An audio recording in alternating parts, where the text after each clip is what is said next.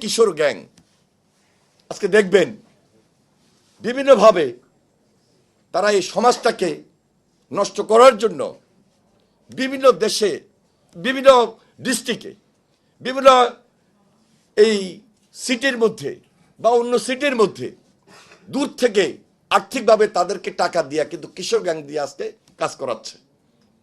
কে করাচ্ছে, মূলে কারা, এগুলো ফাইন্ড আউট করা দরকার। এই জন্য সমাজের মধ্যে একটা রিকনসিলেশন খুব গুরুত্বপূর্ণ। কারণ এদের সঙ্গে এই কিশোর যারা এরা স্কুলের ছাত্র, কলেজের ছাত্র, বয়সটাই তো খারাপ। সুতরাং এদের সঙ্গে অন্যান্য আমাদের যাদের রাজনৈতিক দল বিভিন্ন উইংস আছে, আলোচনা করতে হবে, বসতে হবে, বুঝাইতে হবে যে এটা কিন্তু তোমার গোল হতে পারে না, এটা কিন্তু তোমার ভবিষ্যৎ ক্ষেত্রে, তোমার জীবনের ক্ষেত্রে বড় বাধা হয়ে দাঁড়াবে।